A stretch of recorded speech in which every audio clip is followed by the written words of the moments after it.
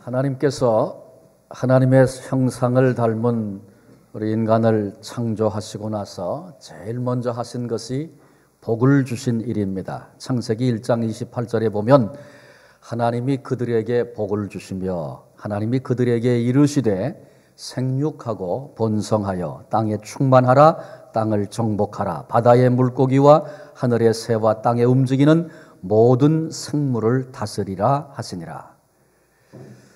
하나님께서 인간을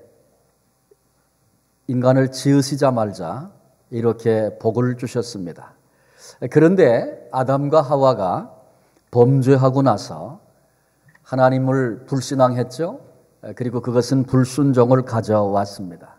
그래서 결과적으로 보면 에덴 동산에서 쫓겨났습니다.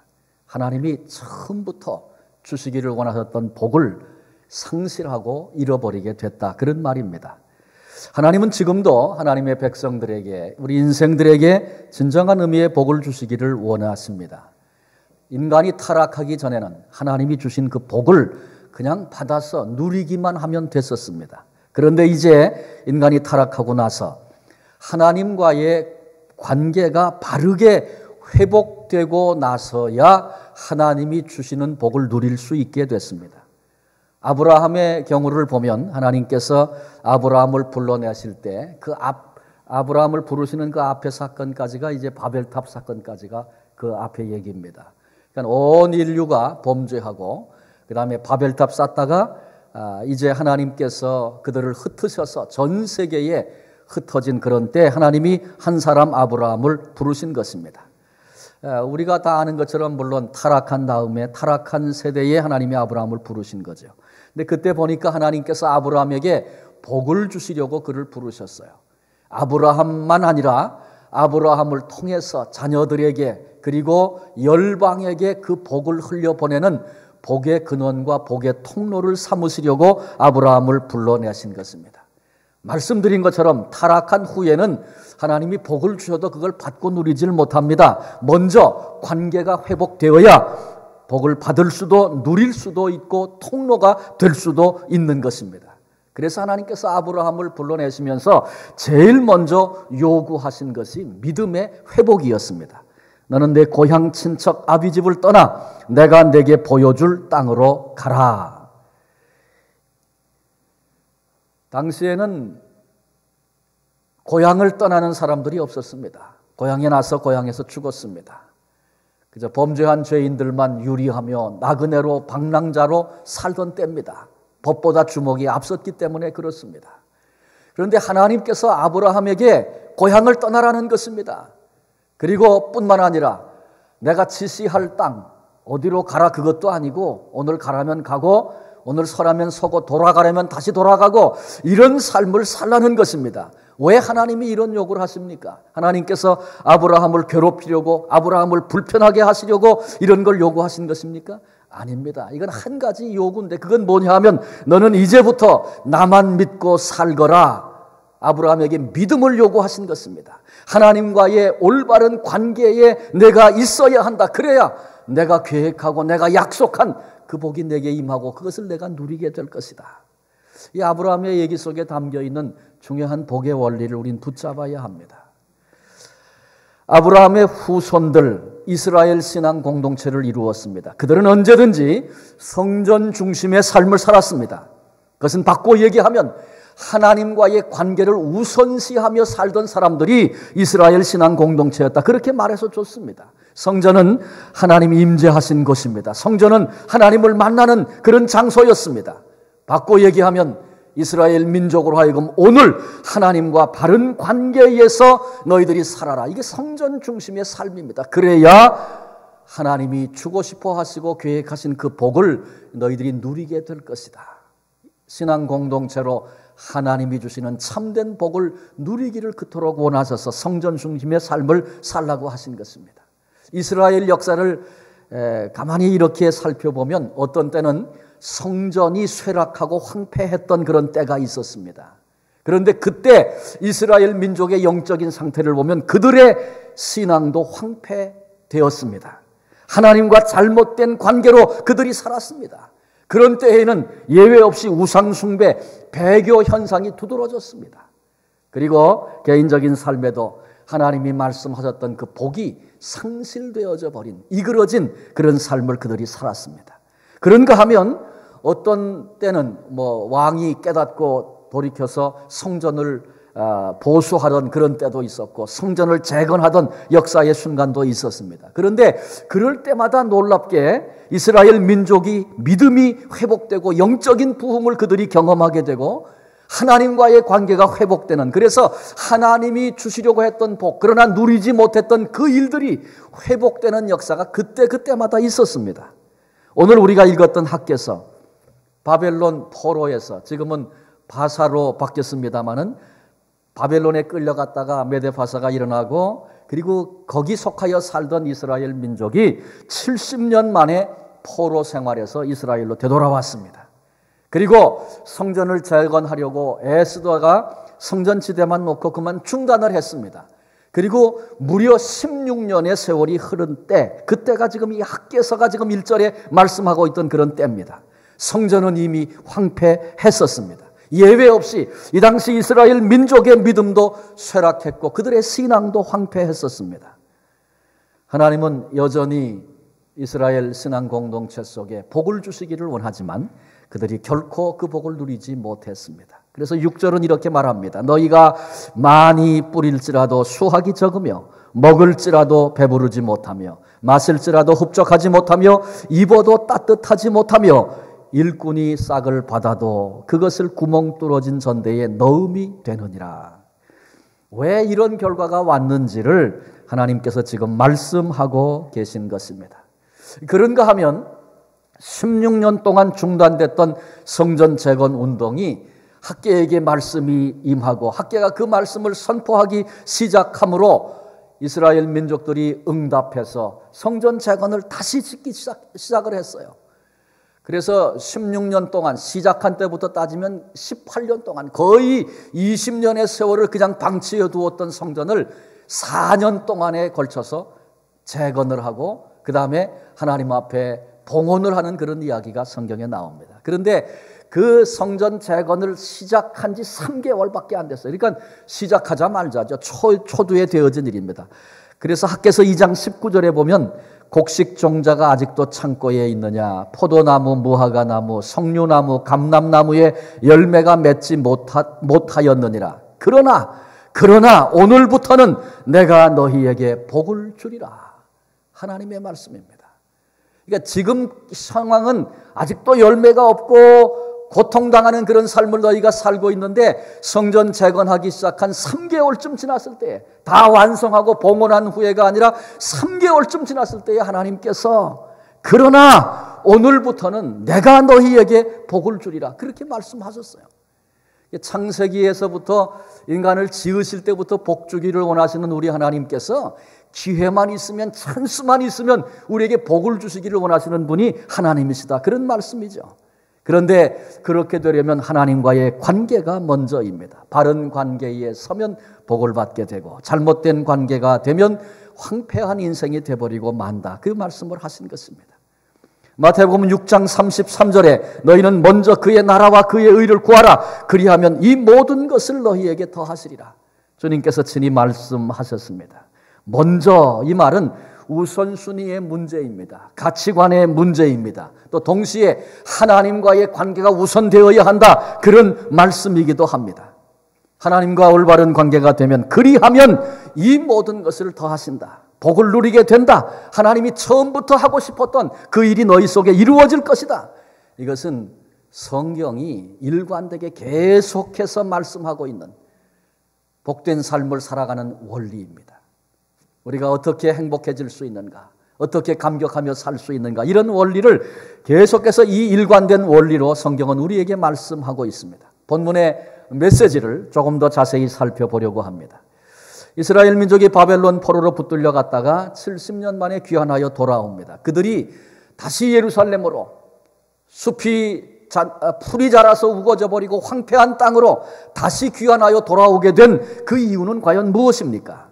바벨론에 먹을 것이 너무 적어서, 바벨론에 살 집이 없어서, 그리고 그것에 농사 지을 땅이 너무나 부족해서 그래서 돌아온 것입니까? 천만의 말씀입니다. 어떠면 먹고 사는 일이라면 바벨론에 그냥 남아 사는 것이 훨씬 더 낫습니다. 70년 동안 이제는 자리도 잡았고 살만합니다. 그런데 왜 그들이 예루살렘으로 폐허가 된 그 땅으로 왜 돌아온 것입니까?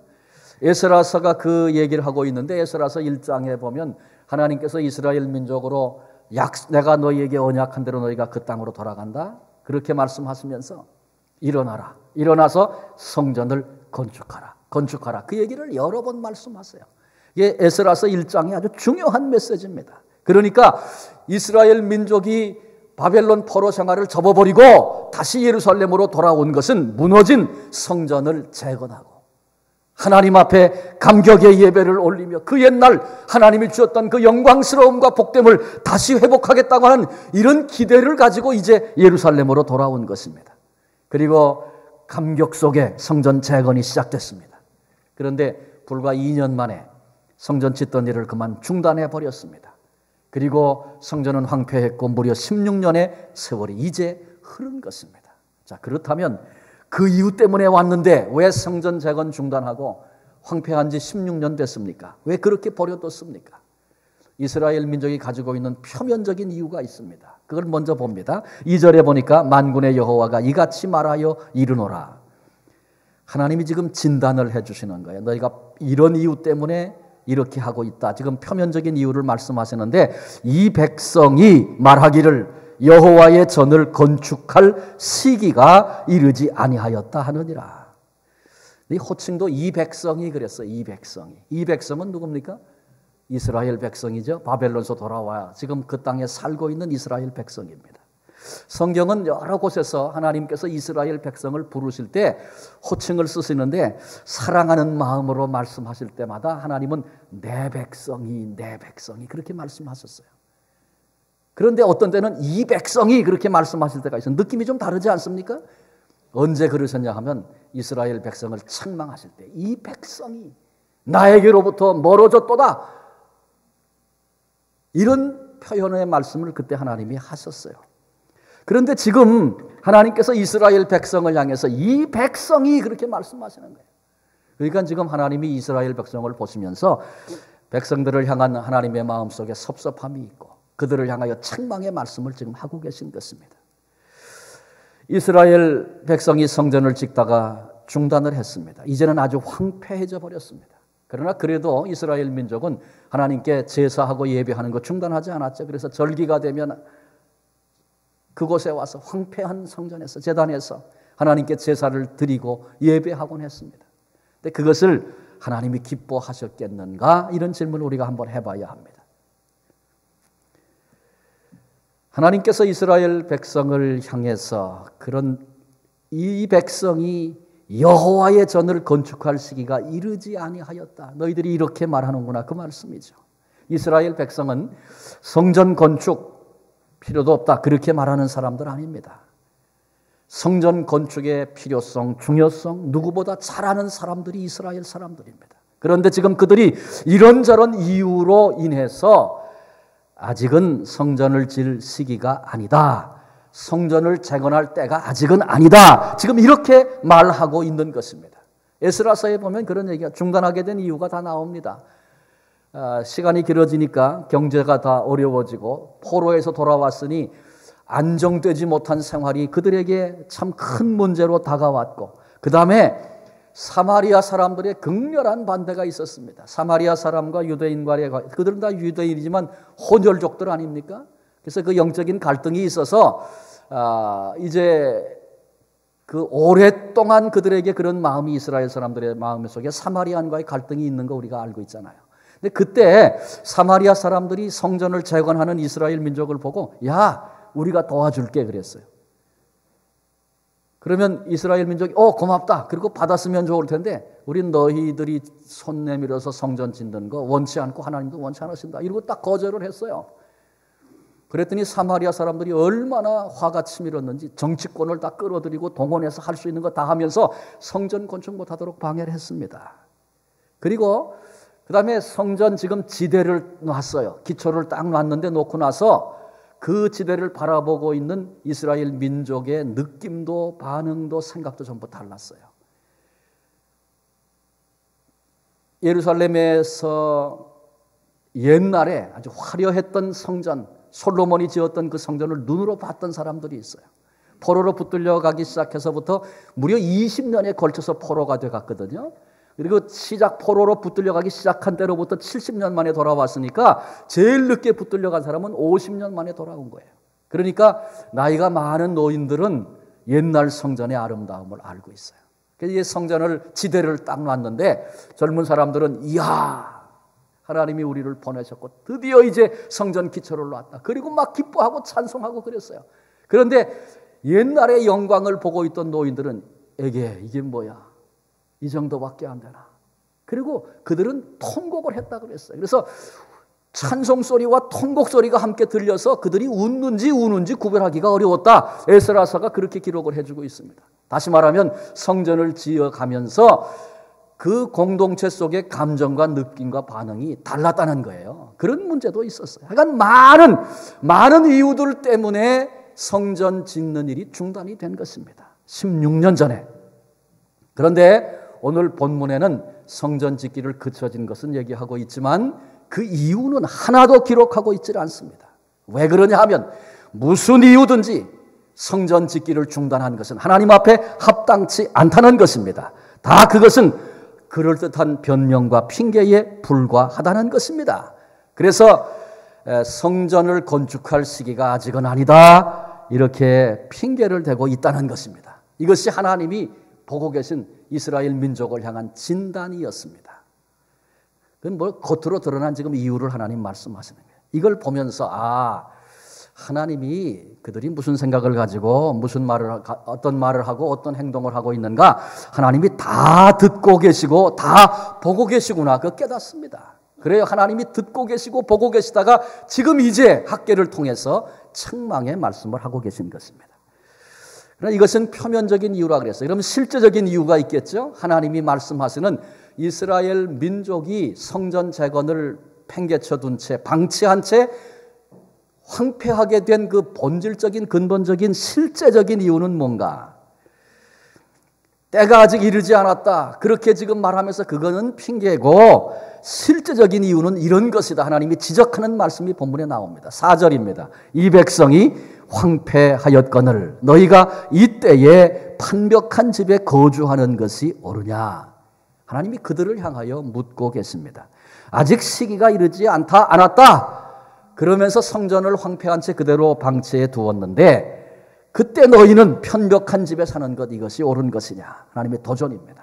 편벽이라는 히브리어 사판이라는 이 단어는 지붕을 덮다, 널빤지로 벽을 두르다, 어떠면 건축의 기본적인 그런 표현이다, 그렇게 볼 수 있겠습니다. 하나님의 성전은 황폐한데 그래서 지붕도 덮지 못하고 벽도 세우지 못하고 성전을 위한 지대만 덩그러니 놓여 있는, 보기에도 흉한, 그런데 여전히 거기서 제사하고 있는 그들을 하나님이 바라보시면서 이때에 지금 너희들은 편벽한 집에 거하고 있구나, 이 말씀을 하시는 거예요. 지붕도 두르고 벽도 만들고 사는데 불편함이 없도록 보기에 좋도록 아름다운 치장도 하고 필요한 가구도 드리면서 그렇게 살고 있구나, 그런 말씀이죠. 시기가 이르지 않았다, 이것은 하나의 핑계에 불과하고 자기 집 짓고 꾸미느라고 성전을 돌보지 아니했다, 그래서 황폐하게 되었다, 이것이 하나님이 지금 본질적인 이유라고 지적하고 있는 부분입니다. 하나님의 책망은 이런 이스라엘 백성들의 행위가 어리석다고 말씀하고 계십니다. 그래서 4절과 7절에 반복해서 너희는 너희의 행위를 살펴라 그렇게 말씀하고 있습니다. 성전이 황폐한데 하나님과의 관심조차 갖고 있지 않고 자기 생각에 휩쓸려서 그렇게 살고 있을 그때에 하나님이 그들의 생각을, 그들의 행동을, 그들의 말을 보고 계시고 듣고 계셨습니다. 그들은 지금 하나님의 백성으로서 복을 누리겠다고 생각하지만 잘못된 우선순위, 이기적인 생각, 그런 것에 붙들려 살았고 그 결과로 오늘 하나님이 말씀하시기를 너희가 많이 뿌릴지라도 수확이 적고 먹을지라도 배부르지 못하고 마실지라도 흡족하지 못하고 입어도 따뜻하지 못하고 일꾼이 싹을 받아도 구멍 뚫어진 전대에 넣는 것과 똑같은 결과가 되었다. 그렇게 말씀하시는 거예요. 하나님이 지금 무엇이 잘못되었는지를 지적하고 계십니다. 지금 너희는 원인과 결과를 거꾸로 생각하고 있다. 그런 지적입니다. 지금 많이 뿌려도 수확이 안 되고 먹어도 배부르지 않고 뭐 이런 상황을 보면서 우리가 다시 돌아와서 나라를 재건하고 있는데 좀 더 모으고 좀 더 열매를 많이 거두고 좀 더 저축하고 그래서 우리가 힘이 생기거들랑 그때 건축하자. 그러니까 아직 때가 이르지 않았다 말하는 것입니다. 그런데 하나님은 그렇게 된 것이 아니고 너희가 지금 거꾸로 하고 있다. 먼저 성전을 건축하는 일에 너희의 마음을 온전히 들여서 하나님과의 관계를 분명히 올바로 하게 되면 그러면 그때 가서 하나님이 주고 싶어 하시는 그 복을 너희가 누리게 되지 않겠느냐. 이 말씀을 하나님이 하시는 것입니다. 다윗의 이야기를 좀 소개하려고 합니다. 사무엘하 7장 역대상 17장에 똑같은 얘기가 나옵니다. 다윗이 왕이 됐습니다. 백향목 왕궁을 짓고 거기 들어가 그날 자면서 그 마음속에 이상한 생각이 하나 들기 시작했습니다. 그래서 그렇게 성경에 기록하고 있어요. 나는 백향목 궁에 살거늘 하나님의 궤는 휘장 가운데 있도다. 40년 광야 생활하고 가나안 땅 점령하고 그다음에 이제 사사시대 지나고 왕국시대가 시작이 돼서 두 번째 왕 다윗이 왕이 됐는데 왕이 돼서 훌륭한 궁궐을 지어놓고 거기서 잠을 자는데 마음이 편치라는 거예요. 오늘까지 하나님의 법궤는 성막, 휘장 가운데 계속해서 광야를 통과해서 지금도 휘장에 거기 하나님 거하시는데 나는 혼자 백향목궁에 살고 있구나. 이 부담이 생겼어요. 그 부담이 생기면서 이 다윗이 마음속에 하나님의 성전을 내가 한번 지어서 하나님께 바쳐봤으면 좋겠다. 이런 마음이 들었어요. 그때까지는 성막밖에는 몰랐고 하나님도 성전에 대한 말씀 주시기도 전이에요. 그러니까 성막밖에 모를 때인데 써본 적도 없는 생각도 해본 적도 없고 들어본 적도 없는 그런 소원이 다윗의 마음속에 생긴 것입니다. 그래서 내가 힘을 다해서 하나님 여호와의 성전을 한번 지어서 하나님께 드렸으면 좋겠다. 그런 마음이 생겼어요. 그래서 그 얘기를 나단 선지자에게 합니다. 근데 그러고 나서 그 얘기가 여러 복잡한 얘기가 나와요. 그런데 그 얘기를 지금 다 할 수는 없어요. 그러나 다윗 마음속에 처음으로 인간의 마음속에 처음으로 하나님이 거하시는 성전을 내가 한번 지어드려야 되겠다. 이런 열망과 소원이 생기게 됐습니다. 근데 결과적으로 보면 하나님이 이거 거절하셨어요.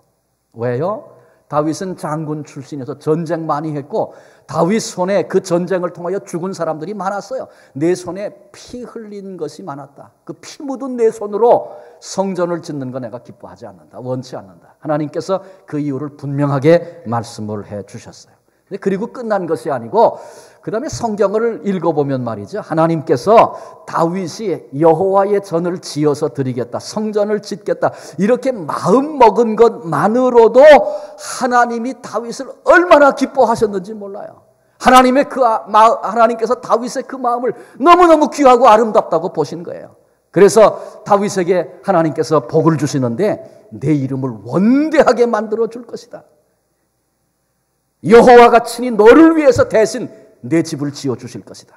내 후손은 견고하게 될 것이고 다윗의 등불은 영원히 꺼지지 않으리라 언약해 주셨습니다. 그래서 다윗의 후손 가운데 메시아가 올 것을 미리 암시해 주셨습니다. 그리고 내 아들 솔로몬이 대신하여 성전을 지으리라. 그리고 그 일들 그 역사가 이루어진 거 우리가 봅니다. 행동 못했어요. 그러나 그 마음 먹은 것만으로도 우리에게 하나님의 전을 향한 마음이 있었던 것, 그 마음 먹은 것만으로도 벌써 하나님은 그걸 기쁘게 향기로운 것으로 그렇게 받으셨다. 우리 이 말씀을 통해 확인하게 됩니다.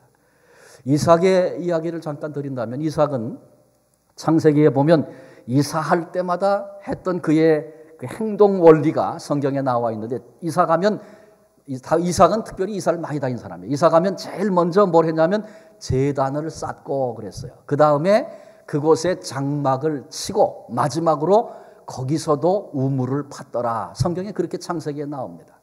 그러니까 이삭이 가지고 있는 우선순위를 우리에게 보여주고 있는 말씀이에요. 제단을 쌓고 하나님과의 관계를 최우선으로 했다는 거예요. 그 성경이 계속 요구하던 거 아니던가요? 그걸 이삭이 했단 말이에요. 제단을 쌓고 그 다음에 장막을 치고 자기 집 지었다 그런 얘기고, 거기서도 우물을 팠더라, 기업을 일구었다 그런 얘기입니다. 그 당시에 우물은 기업입니다. 이삭이 철저하게 하나님의 원리를 붙잡고 우선순위를 가지고 우선순위를 지키면서 인생을 살기 시작하니까 하나님께서 이삭에게 복을 주시는데, 한 해는 농사를 지면 100배의 수확을 하기도 하고, 많은 사람들이 이삭을 방해하고 막 못살게 굴고 그랬는데 가는 곳마다 평강을 이루게도 하고, 하나님이 저와 함께 하시는구나, 많은 사람들이 보게 하셨습니다. 그래서 이삭은 자기 아버지였던 아브라함이 받았던 축복을 받아 누릴 뿐만 아니라 자기 아들이었던 야곱에게 그 축복을 흘려보내고 열방과 세대에게 그 축복을 흘려보내는 일을 이 이삭이 잘 감당을 한 것입니다. 이 북미 땅에 신앙의 공동체를 세웠던 청교도 이야기는 언제든지 우리에게 은혜가 됩니다. 67일 동안 그 험난한 파도와 추위와 싸우면서 항해를 해서 이 땅에 도착을 했습니다. 근데 그들은 배를 타고 자기 형제의 죽음을 눈으로 목도하면서도 주일이 되면 하나님 앞에 예배합니다. 그리고 신대륙에 도착해서 그들이 힘을 모아 마음을 모아 제일 먼저 지은 것이 예배당이었습니다. 두 번째, 자녀들을 가르칠 학교를 지었습니다. 그리고 마지막으로 자신들이 살 집을 지었습니다.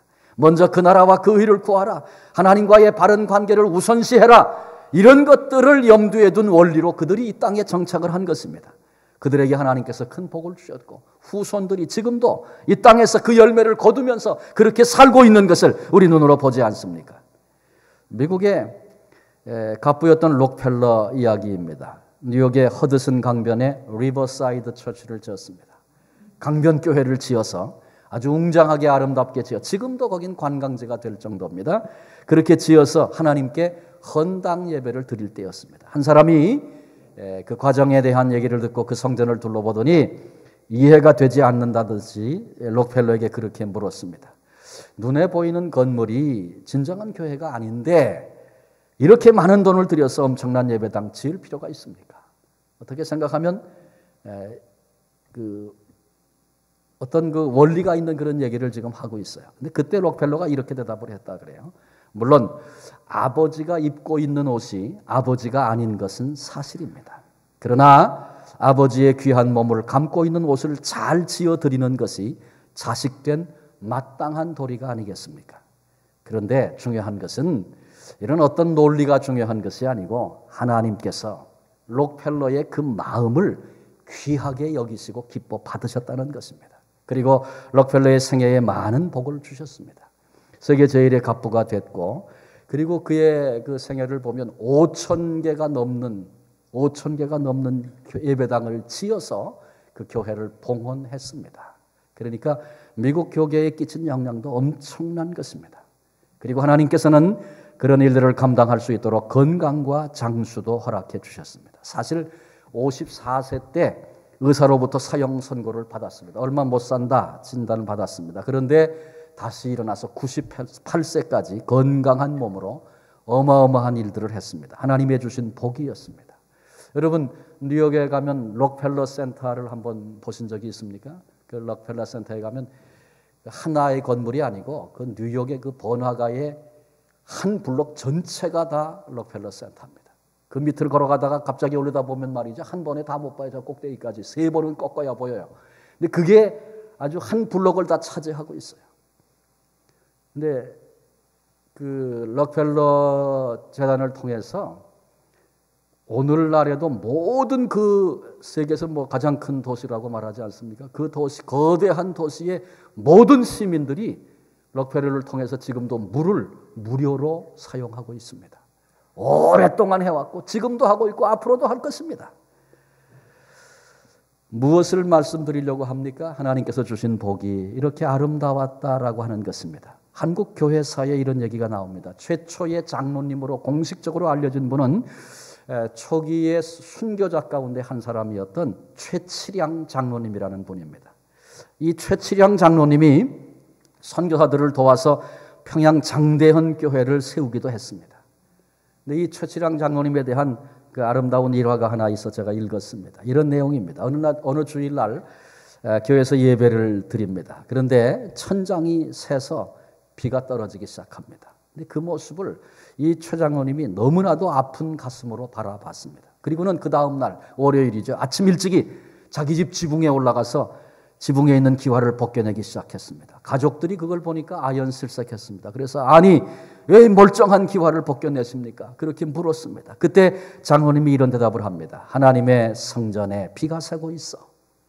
내 집이야 비가 좀 새도 괜찮지만 어찌 하나님의 집에 비가 새도록 내버려 둘 수 있단 말인가? 최 장로님은 그렇게 말하면서 자기 집의 기와를 벗겨서 하나님의 성전에 비가 새는 것을 막았다는 것입니다.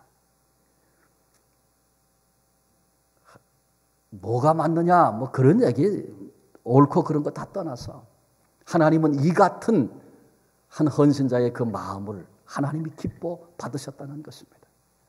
한국 교계의 복음이 자리 잡는 데 귀한 역할을 했고 그리고 순교자의 피를 흘려서 우리 한국 민족을 일으키는데 크게 기여했던 그런 흔적을 그가 남기게 된 것입니다. 저는 이 얘기를 읽으면서 우리 교회 생각을 좀 하게 됐습니다. 우리 교회 지붕이 몇 년 전부터 새서 어려움이 있었습니다. 뭐 그때 기회만 되면 뭐 비가 오는 중에도 심지어는 겨울에도 거기 올라가서 맡은 분들이 많은 에너지를 소모하고 그동안 수고를 했습니다. 특별히 지난 여름에 한글학교 했는데 한글학교 캠프 중에 월요일 날 제가 교회 와 보니까 벌써 그 하이시에 그 보조교사 하던 애들이 그냥 뭐 막 뛰어다니면서 걸레로 물을 짜고 뭐 받고 야단이 났어요. 가 보니까 비가 많이 샜고 그래서 바닥이 홍근하게 젖어 있을 뿐만 아니라 지금도 막 새고 있는 거예요. 저도 가서 걸레를 짜고 그렇게 하고 있었는데 마침 그때 우리 한글학교에 손주를 데리고 오시는 할아버지 한 분이 있어요. 다른 교회 성도입니다. 그분이 들어오다가 걸레 막 이렇게 짜고 있던 제 눈하고 딱 마주쳤어요. 근데 저를 보더니 이분이 혀를 끌끌 차시는 거예요. 뭐 때문에 그랬겠어요? 하나님의 성전인데 교회인데 비가 이렇게 새고 있구나. 그 마음이 안타까워서 그분이 그러셨겠죠. 그걸 보면서 하나님이 우리의 모습을 보시면 하나님 마음은 어떠실까? 오늘 본문과 이렇게 연관하면서 그런 생각을 해봅니다. 우리 교회가 이곳에 성전을 짓고 참 잘 이렇게 또 아름답게 꾸미고 그래서 우리 예배하는 좋은 처소가 우리에게 있고 그건 늘 감사하고 자랑스러운 일인데 그동안 몇 해 동안 비가 새서 곳곳에 보면 얼룩이 지고 건물의 한 부분들이 상해 있습니다. 아이들이 뛰던 체육관에 아무도 보지 못한 사이에 물이 떨어져가지고 어느 날 제가 아침에 딱 보니까 그게 이렇게 들고 일어났어요. 물이 떨어질 만큼. 그래서 아이들이 지금 거기서 뛰지를 못합니다. 그 위험해서 다치기 때문에 할 수 없어요. 이런 일들이 이제 생기게 된 것입니다. 우리 재직회 공동회 거치면서 여러 차례 논의하면서 지붕공사 해야 한다. 그렇게 이제 결정하고 오늘 이제 우리 교회가 그 헌금에서 우리가 성전 지붕을 수리하는 것에 대해서 이제 안내도 하고 광고도 하고 기도 부탁도 하고 그렇게 될 것입니다. 그런데 우리가 이 일을 하면서 단순히 공사에 포커스를 맞추면 안 됩니다. 더 중요한 것은 주님이 피로 값주고 사신 주님의 몸인 교회, 우리가 하나님을 예배하는 이 현장, 이것을 우리가 사랑하는 마음, 하나님과의 관계, 먼저 우선시 해야 할 것, 그것이 무엇인가? 그리고 그것이 우리의 삶을 복주시려고 하는 하나님의 계획 가운데 그것이 하나의 원리라고 하는 사실을 먼저 우리들이 이해하고 붙잡을 수 있어야 합니다. 내 마음을 내게 다오. 너희는 내게로 돌아오고 내게로 돌아오라. 하나님 보이지 않으시는 분인데 어떻게 하나님께로 돌아갑니까? 우리의 마음이 돌아와야 된다는 거예요. 우리의 마음을 정녕 원하시는 하나님의 그 의도를 먼저 이해할 수 있어야 합니다. 말씀드렸죠? 타락한 인생은 하나님과의 관계, 믿음의 관계, 우선순위의 문제, 이것이 회복되고 나서야 비로소 복을 누리게 됩니다. 하나님 오늘 우리에게, 성도들에게, 이 땅을 살고 있는 믿음의 사람들에게, 이 시대의 인생들에게 진정한 복을 주시기를 원하시는 분이 우리 하나님 아니십니까? 하나님 그 안타까운 마음으로 우리가 복된 자가 되기를 바라는 마음으로 하나님이 우리를 바라다 보시는데 지금 하나님께서 우리의 말을, 우리의 행동을, 우리의 결정을 늘 보고 계신다. 학개서가 그 얘기를 우리에게 해주고 있잖아요. 그래서 우리가 하는 말이, 우리가 하는 행동이 하나님 앞에 복이 될 만한 그런 말, 그런 행동 우리가 계속 해야 되겠다. 그런 마음으로 임해야 되겠다. 그런 생각 갖게 됩니다. 당회에서 지난 수요일날 잠깐 이런저런 얘기하던 중에 지금은 영적으로 우리가 꼭 기도하고 일해야 될 때다. 이런 필요성에 대해서 말씀들을 해주셨어요. 제가 가만히 생각하면서 정말 그럴 때구나. 이제 그런 마음을 저도 갖게 됐고, 요새 에스더서를 우리가 새벽마다 묵상하고 있지 않습니까? 에스더서에 보니까 큰일을 만났을 때 에스더도 모르드게도 유다 민족도 모두가 다 일어나서 3일 금식하면서 하나님께 하나님의 은혜를 구하고 모든 환난의 자리에서 그 눈을 여호와께 돌리고 있는 그런 얘기 요즘에 묵상하고 있지 않아요? 그러면서 정말 우리도 모든 눈을 여호와께로 돌려야 할 때이구나. 그런 마음이 들었습니다. 그래서 이번 주간에 내일부터 토요일까지 한 주간 동안 특별 새벽 기도회를 좀 가지려고 합니다. 이름은 특별 새벽 기도이지만 저는 마음의 참 생각은 아마 비상 새벽 기도다. 그렇게 우리가 좀 마음을 먹었으면 좋겠다. 그런 마음이 들었어요. 그리고 시간도 5시 30분으로 30분을 땡깁니다. 아이고, 새벽 기도 하기도 어려운데 30분을 더 땡겨. 그러면 굉장히 힘들겠죠? 우리 교회는 상황상 새벽 기도를 강조하기 어려운 교회입니다. 제가 새벽 기도 여러분 꼭 나와야 됩니다. 별로 그런 광고하는 거 잘 못 들으셨을 거예요. 잘 그렇게 못 합니다. 왜? 이 주변에 주택이 없고 다 멀리서 오시는 분들이 많으니까 새벽에 와서 새벽 기도하는 게 그리 쉽지 않아요. 요즘에도 새벽 기도할 때 보면 어떤 때는 멀리 계신 분들이 오실 때가 있어요. 얼마나 참 감사한지 몰라요. 그래서 우리 새벽 기도 잘 못하고 있는데, 제가 요 근래에 몇 번 이제 목사님들 모임이 새벽에 조찬 모임이 있어서 새벽 기도 끝나고 개인 기도 별로 못하고 바로 일어서서 나가서 가는데 길이 막히는 거예요, 벌써. 그래서 시간이 많이 걸리고, 그래서 그걸 2번을 이렇게 경험하면서 이제 생각을 지난 주간에 제가 했어요. 다 하여간 비상이라고 생각하고, 안 하던 분이 새벽에 일어나는 거 쉽지 않겠죠. 그것도 5시 반까지 오려면 굉장히 어렵겠죠. 여러분 불편하고 힘은 들어도 죽지는 않습니다. 괜찮습니다. 한번 와보세요. 오셔서 같이 기도했으면 좋겠어요. 나는 절대로 새벽 기도 못합니다. 나는 안 됩니다. 그렇게 단정하지 마시고 한번 이번에 하나님 앞에 우리의 마음을 먼저 원하시는 하나님 앞에 그렇게 한번 우리 마음을 드려봤으면 좋겠다. 아주 그런 강력한 소원이 제 속에 생겼어요. 여러분들이 같이 그 일에 좀 마음을 같이 해 주시면 좋겠습니다. 오셔서 물론 우리가 교회 지붕하는 거, 작정하는 거 그것도 기도하시고 부부간에 같이 기도하시고 한번 의논하시고 그렇게 작정도 해주시고 또 42주년 우리가 앞에 두고 있지 않습니까? 다음 주일이 42주년이에요.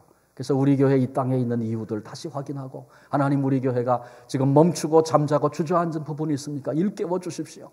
교회와 사명을 위해서도 좀 기도해 주시고 또 우리 자녀들이 새로운 학기를 맞이하고 또는 직장을 따라 나간 아이들도 있는데 우리 자녀들을 위해 기도하는 거 부모의 아주 지대한 사명 아닙니까? 자녀들을 위해서 구체적으로도 좀 기도하고 또 고난당하고 있는 우리 민족 복잡한 얘기들 많이 들리는데 하나님께서 의로 붙잡아 주시도록 우리가 사는 이 땅을 위해서 북한 땅을 위해서 좀 구체적으로 한번 좀 기도해 보고 싶습니다. 여러분들 하여간 이 한 주간 동안에는 좀 특별한 비상사태다 그렇게 생각하시고 아주 힘껏 힘을 모아서 새벽 4시 반에 5시 반에 모이시면 새벽 기도하고 아마 여러분 직장이라든지 돌아가는 일에 별 어려움이 없을 거예요. 단지 일찍 일어나야 된다는 거 한 가지 어려움인데 한번 그 감수해 보십시다. 그것을 통해서 우리 마음을 하나님께 보여드릴 수 있다면 얼마나 귀한 것이 되겠습니까? 한국에 그 전에 어떤 교회 제가 얘기 들었어요. 재직 집사 한 분을 임명하는데 그분이 나는 집사가 돼도 절대로 죽어도 새벽 기도는 못합니다. 그렇게 얘기를 했다는 거예요. 그 담임 목사가 아니 죽어도 못한다는데 죽으라 그럴 수는 없고 그래서 예 알겠습니다. 새벽 기도는 못하는 거로 알겠습니다. 그리고 집사 임명을 했다 그래요. 근데 어느 날 이 목사님이 새벽에 새벽 기도하려고 교회를 오는데 이 목사님 더 일찍 와가지고 깜깜할 때 아무도 오지 않을 시간에 이제 오고 있는데 저기 누가 한번 택시를 잡으려고 서 있더라는 거예요. 보니까 가만히 보니까 자기 교회 교인이에요. 그래서 차를 세워서 물어봤어요. 아니, 집사님 어디를 이 새벽에 가십니까? 했더니 네, 친구들하고 낚시하러 갑니다. 그러더래요. 근데 그 사람이 그 사람이었어요. 나는 새벽 기도는 죽어도 못합니다. 그러시던 분이었단 말이죠. 새벽 기도는 죽어도 못하는데 낚시는 더 빠른 시간에도 일어나 갈 수 있는 것, 어쩌면 이것이 오늘 우리의 모습이 아닌가, 그런 생각도 또 해봅니다. 어렵겠지만 한번 우리의 마음을 하나님께 드려보십시다. 아직은 시기가 되지 않았습니다. 때가 되지 않았습니다. 핑계하고 성전을 황폐한 채 방치했던 이스라엘 민족, 그들을 향하여 지금 하나님께서 학개의 입술에 말씀을 주셔서 도전하고 있습니다. 그 도전을 들었던 이스라엘 민족이 기꺼이 순종해서 그렇구나, 먼저 하나님께 우리 마음을 드려야 된다, 하나님과의 관계가 더 우선이구나, 주님 말씀하신 그 나라와 그 의가 먼저구나, 그거 확인하게 됐어요. 그리고 기꺼이 순종해서 마음을 드리기 시작했습니다. 그들을 하나님께서 기뻐하시고 복을 주셨다는 이야기를 우리가 같이 지금 나눈 것 아닙니까? 오늘 저와 여러분 우리도 하나님이 주신 이 같은 기회 앞에 지금 서 있습니다. 우리 교우들 가운데는 이 성전 구하고 또 이렇게 새롭게 만들고 하는 일에 직접 참여해서 우리가 다 당연하다고 생각하고 앉아있는 의자 하나까지도 가정들이 의자 하나 놓기 운동을 하면서 그렇게 애써서 수고해서 오늘에 이르도록 그렇게 수고하신 분들 계십니다. 또 그뿐만 아니라 그 후에 우리 교회에 오셔서 같이 하나님 나라를 세워가면서, 그러나 아직 성전을 위해서 그런 수고는 경험해보지 못했던 그런 이들도 여기 계십니다. 아무 상관없습니다. 똑같이 우리 모두에게 하나님이 또 다른 기회를 우리에게 주고, 동일한 기회를 주고 계십니다. 예수님께서 금식하시고 40일 금식하시고 줄이신 이후에 마귀가 했던 첫 번째 시험이 돌로 떡 만들어 먹어라, 그런 시험이었습니다.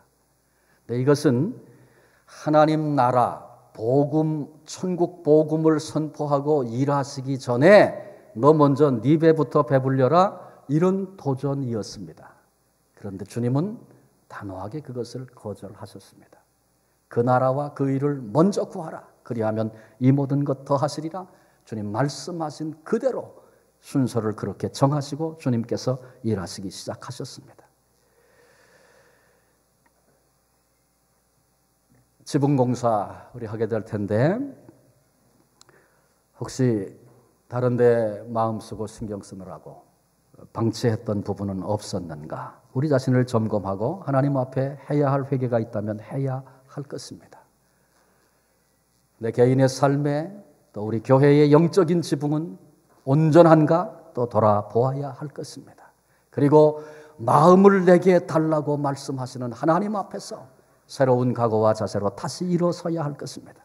그래서 우리 속에 하나님과 나 사이의 영적인 관계가 회복되어지고, 그래서 내게 그것이 복이 되어지고, 그 복을 내 자녀들에게 흘려보내고 이 시대에 흘려보낼 수 있는 그런 존재 되게 하시려고 하나님 우리 앞에 주신 기회다. 다시 한번 우리의 생각과 마음을 정리하시고, 그런 마음이 들어요. 오늘 제가 이 설교를 하면서 그 지붕 헌금 많이 해라, 뭐 이런 설교하고 있다고 받으면 어떡하나, 그런 마음이 들어요.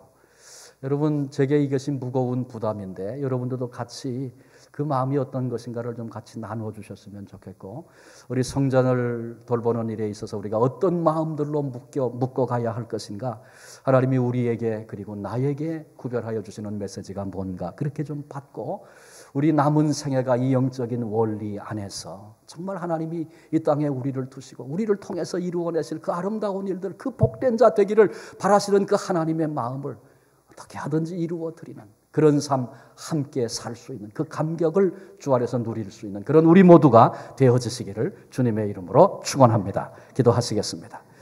하나님, 황폐한 성전, 그런데 예배는 드려지고 있고 하나님은 그것 마음 아파서 학계를 일으키시며 창세기부터 계획하셨던 인생을 향한 원리가 어떤 것인가 다시 확인하여 말씀하시는 그 음성, 우리 모두가 들었습니다. 하나님, 성령께서 우리의 눈을 열어주시고 우리의 심령을 사로잡아 주셔서 단순 원리에 붙들리고 매이는 저희들이 아니라 하나님께서 정말 원하시는 것은 어떤 것인가? 이때 내 마음을 주께 드린다는 것은 무엇인가? 하나님이 정말 원하시는 것이 어떤 것일까? 다시 한번 겸손하게 하나님 앞에서 우리의 생각을 점검하고 우리의 삶을 되돌아보고 내 신앙의 영적인 지붕은 튼튼한가 돌아다 보면서 우리가 만나 이루어야 할 일들, 참 하나님 앞에서 생각해 보면 우주도 하나님의 것이고 모든 것, 은도 내 것, 금도 내 것이라 말씀하신 하나님 앞에서 이건 작은 일에 불과할 수밖에 없는데, 그러나 그 작은 일을 아름다운 것으로 하나님께 마음을 들여 영광을 받으시는 일로, 다윗의 마음속에 있던 마음 한 가지만으로도 그렇게 흡족해 하시고 기뻐하셨던 하나님의 그 은혜를 우리들이 함께 맛볼 수 있는 그런 시간으로, 기회로 하나님 앞에 일어서게 해 주옵소서. 인간의 생각으로 되지 않아 이것을 하나님 앞에 내놓고 또 기도하며 그렇게 준비하는 한 주간 가지려고 합니다.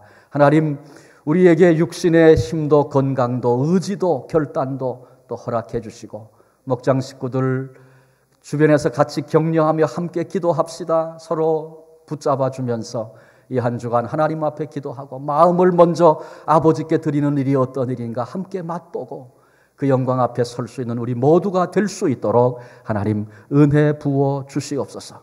그래서 우리가 해야 할 일들 감당할 뿐만 아니라 무려 42년의 역사를 우리에게 허락하셔서 그 길을 걸어 여기까지 왔는데, 하나님 이때에 이 시대에 이곳에 주의 몸인 교회를 두신 그 거룩한 뜻을 쫓아서 일어나 이 사명, 주님 오시는 그날까지 열방을 향하여 하나님의 축복을 흘려보내는 복의 통로로 일어서서 사명 감당하는 교회 될 수 있도록 이런 의지들이, 이런 결단들이, 이런 생각들이 함께 묶여지는 복된 한 주간, 영적으로 승리하는 한 주간, 우리의 마음을 하나님께 보여드리고 우리의 믿음의 고백을 하나님 귀에 들려드리는 그런 한 주간 될 수 있도록 온 교회 붙드시고 사용하시고 주님이 영광을 받아 주시옵소서. 여전히 우리의 주가 되시는 예수 그리스도의 이름으로 감사하며 기도하옵나이다. 아멘.